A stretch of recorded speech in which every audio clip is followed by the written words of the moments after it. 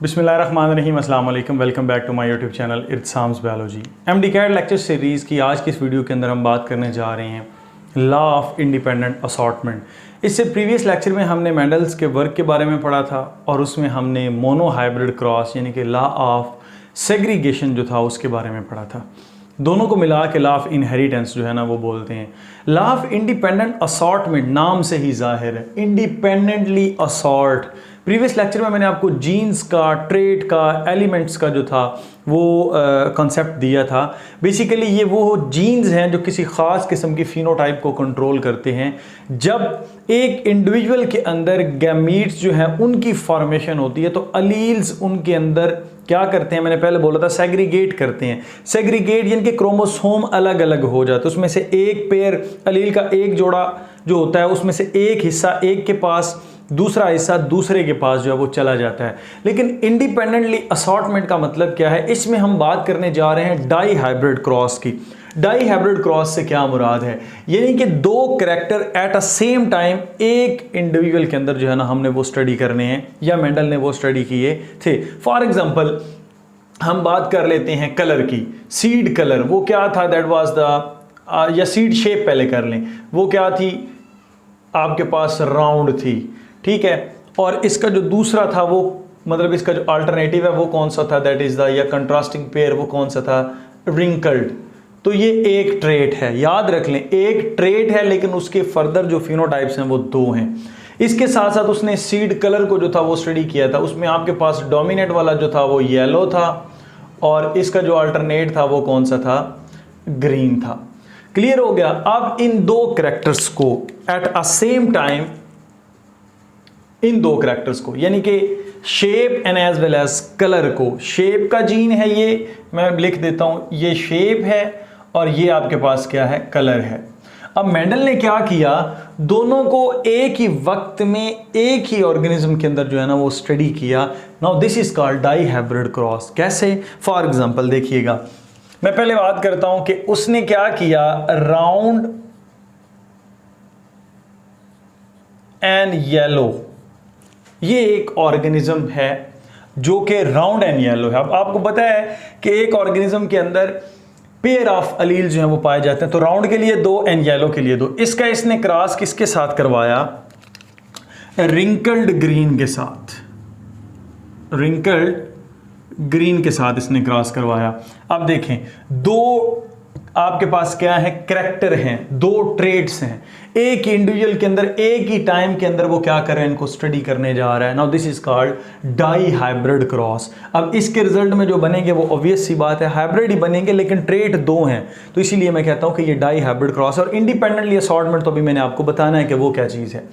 अब देखें इन दो में से ऑब्वियस सी बात है जब गैमेट बनना है तो वो एक तरह का बनेगा, दो आर लिख लें अलग-अलग से या एक आर लिख लें, एक ही बात है। और ये भी सेम है, होमोजाइगस है, तो ऑब्वियस सी बात है इससे भी एक ही तरह का बनेगा, यानी कि दो वाई बनेंगे। तो बजाय इसके कि अगेन एंड अगेन इधर एक और आर और इधर एक और वाई लिखूं, आप कॉम्प्लेक्सिटी में जाएं, तो उससे बेहतर है कि इनमें से गैमीट के अंदर आर एंड वाई ही आना है। ऑब्वियस सी बात है, ये आपके पास जी क्या बन गया, एक गैमीट बन गया। क्लियर हो गया, ठीक हो गया। उसके बाद इसमें से भी जो है वो आपके पास small R and small Y आएगा, ये भी एक क्या बन जाएगा, गैमीट। जब इसका क्रॉस होगा, जब फर्टिलाइजेशन होगी, फ्यूजन होगी, तो क्या बनेगा, जो F1 थी, capital R small R capital Y small Y. अब ये हाइब्रिड है, इनकी जीनोटाइप हाइब्रिड है, हेट्रोजाइगस कंडीशन के अंदर है, तो ये आपके पास क्या थे, सारे के सारे राउंड येलो थे।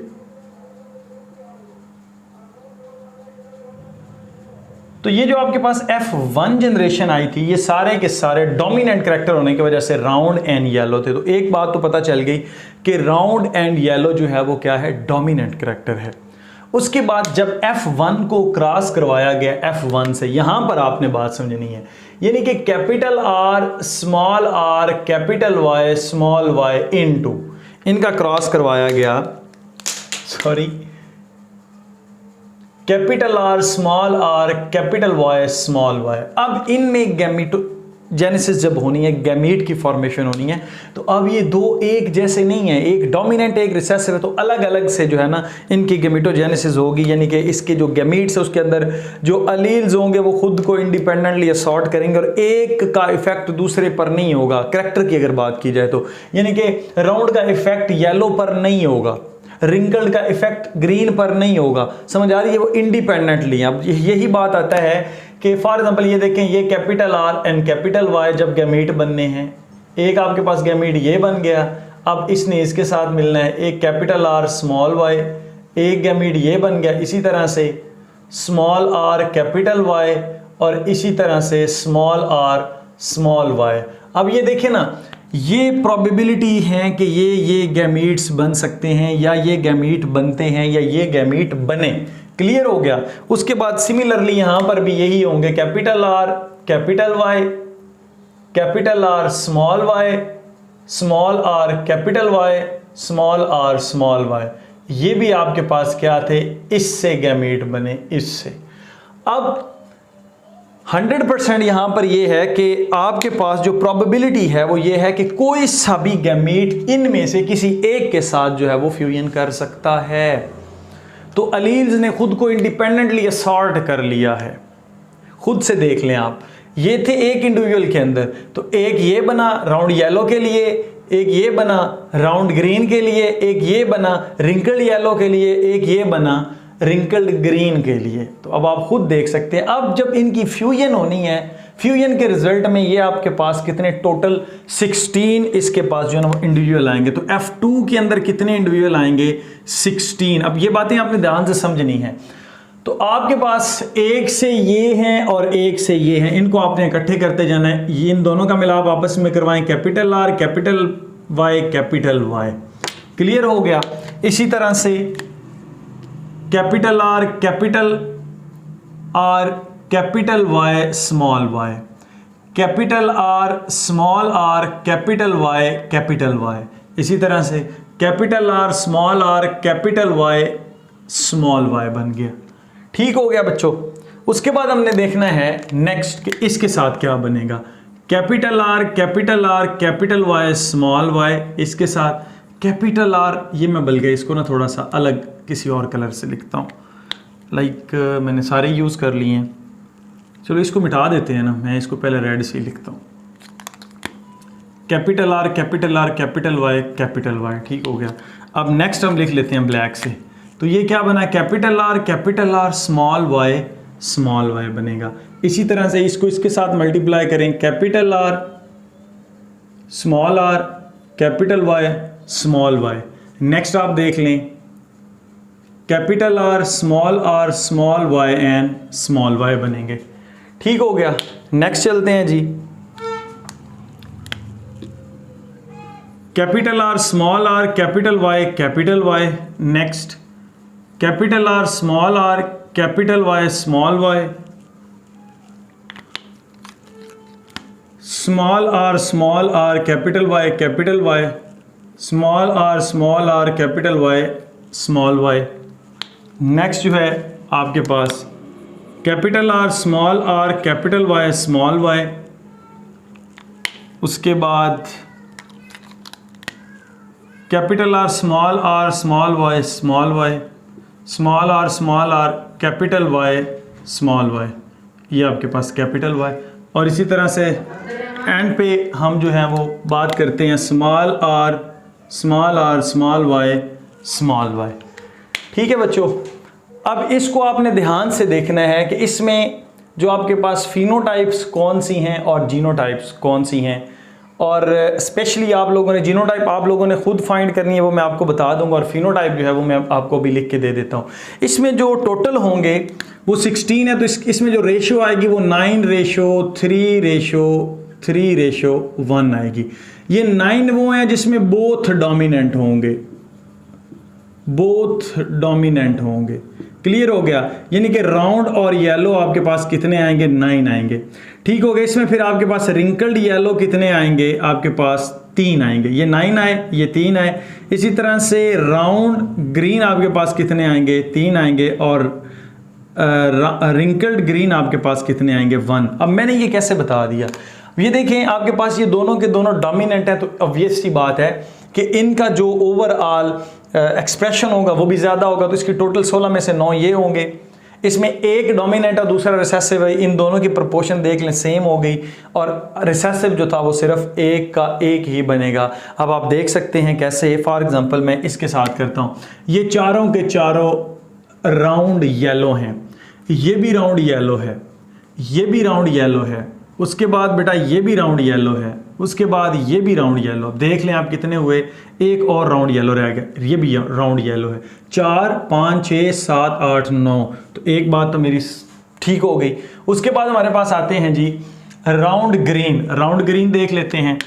राउंड ग्रीन आपके पास 1 2 और एक और होगा, ये 3 राउंड ग्रीन आपके पास 3। इसी तरह से रिंकल येलो 1, रिंकल येलो 2, और रिंकल येलो किधर जाएगा, रिंकल येलो ये आपके पास 3 रिंकल येलो भी क्लियर हो गए।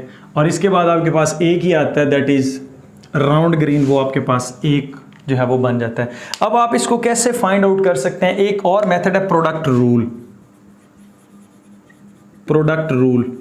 भाई इससे क्या मुराद है, आपके पास डोमिनेंट रेशियो हमेशा कितनी आती है डोमिनेंट की, जब भी आप F1 जनरेशन में देखते थे, सॉरी F2 जनरेशन में देखते थे, तो वो कितनी आती थी 3:1।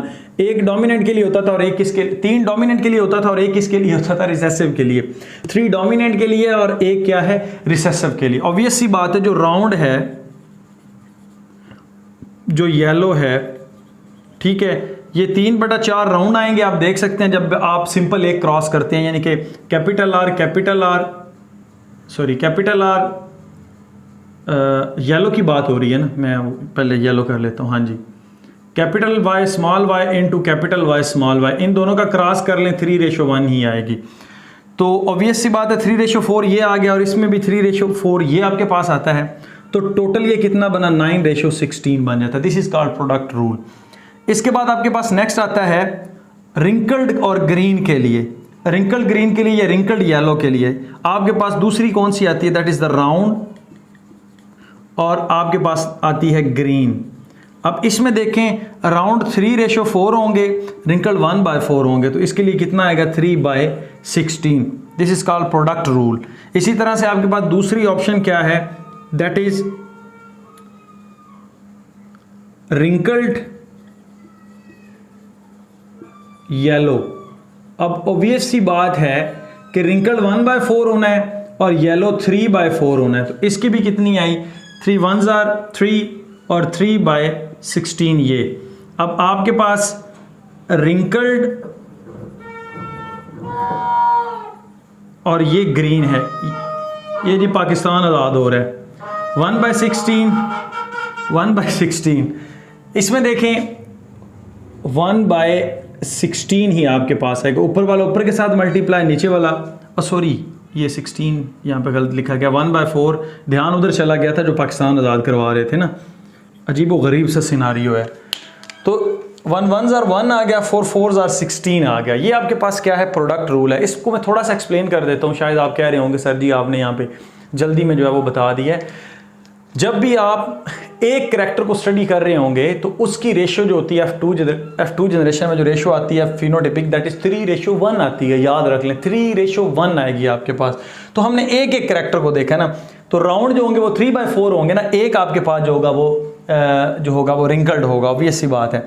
येलो भी जो है वो आपके पास क्या है, डोमिनेंट करैक्टर है। तो डोमिनेंट इस वजह से 3 को 3 से मल्टीप्लाई करनी है, 19 डिवाइडेड बाय कितना आ जाएगा, 4 4s are 16।